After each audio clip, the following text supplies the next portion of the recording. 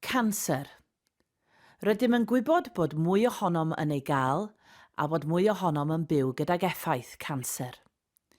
Gyda mwy o bobl yn byw yn hirach ar ôl cael diagnosis o ganser, mae angen i'r gwasanaeth iechyd ei helpu i fyw'n iach gan mai dim ond y dechrau i'w gorffen y driniaeth ganser gychwynnol i lawer o bobl. Mae pobl sydd wedi gorffen eu triniaeth gychwynnol yn aml yn poeni sut y gallant ddweud a yw eu canser wedi dod yn ôl ac at bwy y gallant droi. Dyna pam bod angen i ni wrando ar gleifion, deall eu hanghenion a rhoi'r wybodaeth sydd eu hangen arnynt i aros mor iach ac y gallant fod cyn, yn ystod ac ar ôl eu triniaeth. Cred Macmillan fod angen gwybodaeth a chymorth o safon uchel ar bobl sydd â chanser, mwyn eu helpu i ofalu amdanyn nhw eu hunain ac aros mor iach a phosibl am gyhyd a phosibl.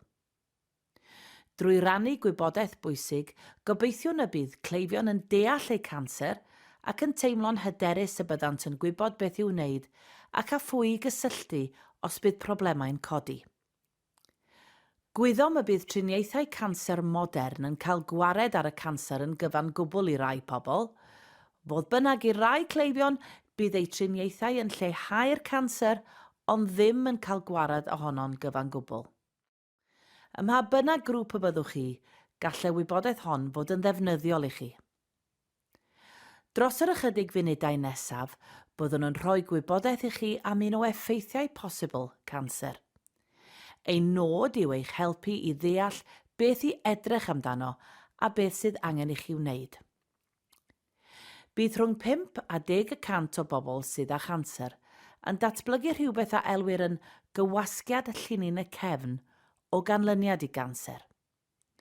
Gelwir hyn weithiau yn gywasgiad metastatig llinyn y cefn, neu MSCC. Enghraifft, mewn ystafell aros o 20 o gleifion canser, gallai 1 neu 2 fynd ymlaen i ddatblygu cywasgiad llinyn y cefn. Gallwch fod yn meddwl beth yw cywasgiad llinyn y cefn.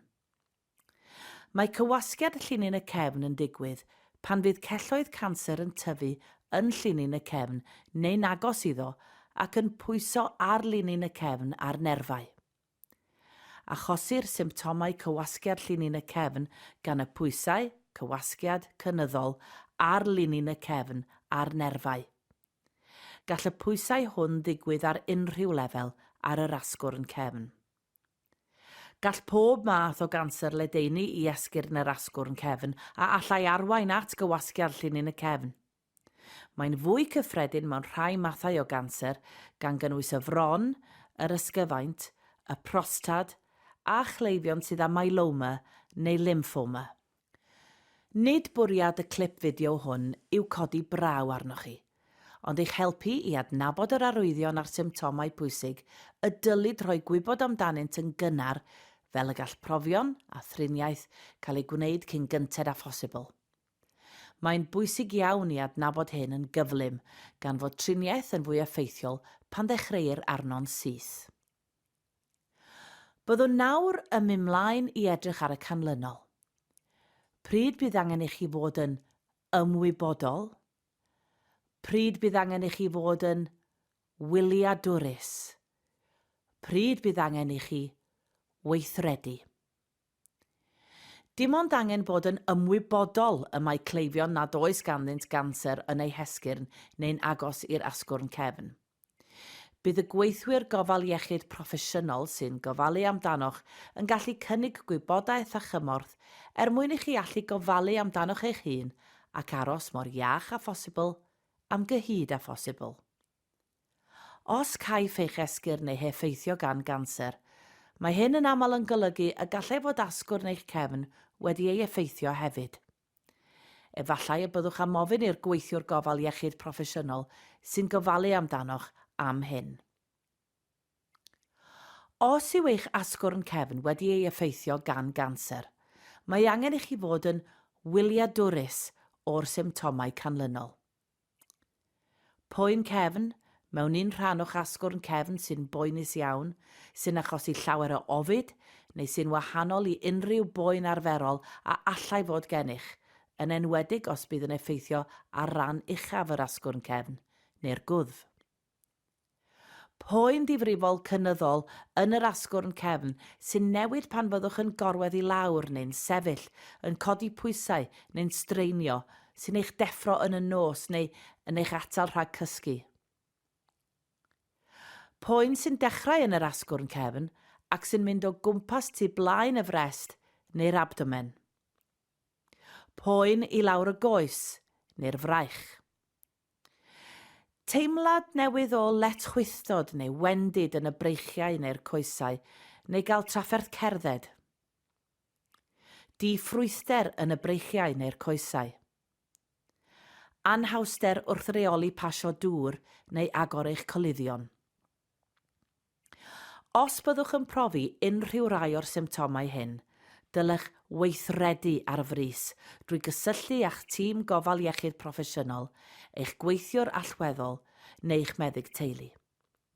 Bydd angen i'r gweithiwr gofal iechyd proffesiynol neu feddyg teulu weithredu ar frys. Bydd angen i chi gael archwiliad neu asesiad llawn o'ch cefn, eich breichiau a choesau, a gallai fod angen i chi gael sgan brys. Amlinellir hyn ar gefn y cerdyn gwybodaeth am gywasgiad llinyn y cefn. Gallai'r amser rhwng sylwi ar symptomau a chanlyniadau difrifol cywasgiad llinyn y cefn fod cyn lleiad a dyddiau ac wythnosau. Os caiff ei adnabod, ei ddal a'i gofnodi'n gynnar, yr opsiynau triniaeth yw llawdriniaeth neu radiotherapi fel arfer. Os gweithredir yn sydyn, mae 80% o siawns y byddwch yn cadw'r cryfder a oedd gennych ar ddechrau trin cywasgiad llinyn y cefn. Rydym wedi esbonio'r canlynol. Pryd bydd angen i chi fod yn ymwybodol? Pryd bydd angen i chi fod yn wyliadwrus? Pryd bydd angen i chi weithredu?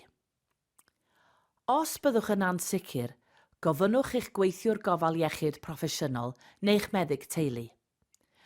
Os yw'n briodol, gallant rhoi gwybodaeth i chi sy'n debyg i gerdyn cywasgiad llinyn y cefn.